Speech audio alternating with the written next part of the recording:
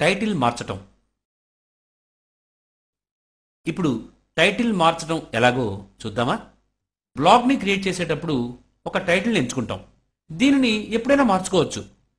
టైటిల్ని మార్చడానికి ఉపయోగపడే పేజీలో టెక్స్ట్ బాక్స్ కనిపిస్తుంది. ఇది గరిష్టంగా అంటే టైటిల్ గరిష్టంగా అంటే మ్యాక్సిమం 90 అక్షరాలతో మాత్రమే ఉండాలి. ఏ భాషలోనైనా ఉండవచ్చు. అయితే అది UTF-8 అంటే యూనికోడ్ క్యారెక్టర్ సెట్లో ఉంటే చాలు. బ్లాగ్ డిస్క్రిప్షన్ని చేర్చడం లేదా మార్చటం. ఒక బ్లాగ్ గురించిన డిస్క్రిప్షన్ అంటే వర్ణన అనేది బ్లాగ్ పేజీలో బ్లాగ్ టైటిల్ కింద కనిపిస్తుంది. ఇది బ్లాగ్ని క్లుప్తంగా వివరిస్తుంది. సాధారణంగా బ్లాగ్ని క్రియేట్ చేసే సమయంలో వర్ణనను జోడించే అవకాశం రాదు.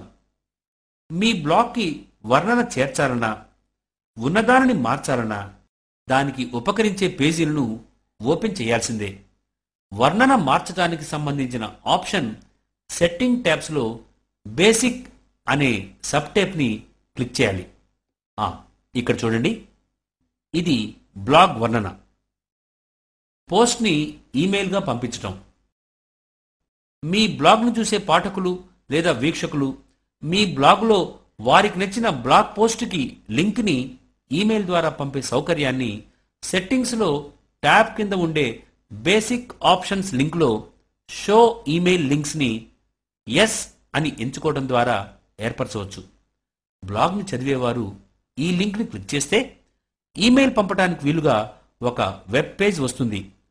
బ్లాగ్ని చదివేవారు దానిలో తమ వివరాలను ఇస్తే ఆ పోస్ట్కి లింక్ పంపిన వారు నింపిన పర్సనల్ మెసేజ్తో ఈమెయిల్లో ఎవరికి పంపమంటామో వారి అడ్రస్కి పంపడం జరుగుతుంది.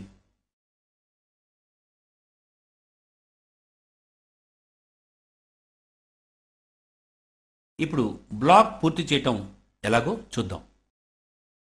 blogger.com సేవలతో మనం రూపొందించుకున్న అంటే మనం క్రియేట్ చేసుకున్న బ్లాగ్ లేదా వెబ్ పేజీలను blogspot.com సైట్లో కాకుండా మన స్వంత వెబ్సైట్లో హోస్ట్ చేసుకోవచ్చు.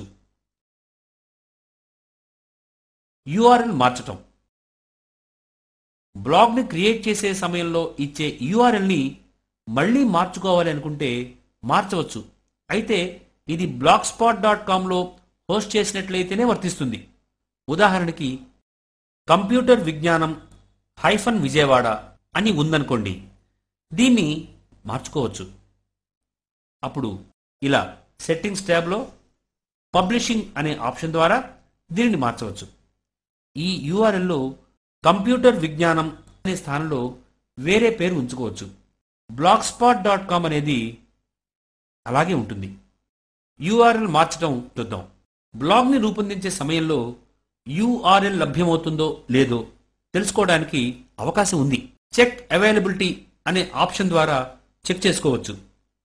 కానీ URL మార్చే సమయంలో అలాంటి అవకాశం లేదు. URL మార్చి మార్పులను సేవ్ చేసే సమయంలో ఒకవేళ మీరు కొత్తగా ఇచ్చిన URL గనక లభిస్తే మార్పులన్నీ సేవ్ అవుతాయి. కొత్త URLని మీ బ్లాగ్కి వర్తింపచేయడం జరిగి కన్ఫర్మేషన్ మెసేజ్ని చూపుతుంది. ఒకవేళ ఆ URL లభ్యత లేకుంటే ఇదిగో ఈ విధంగా ఎర్రర్ మెసేజ్ని చూపుతుంది.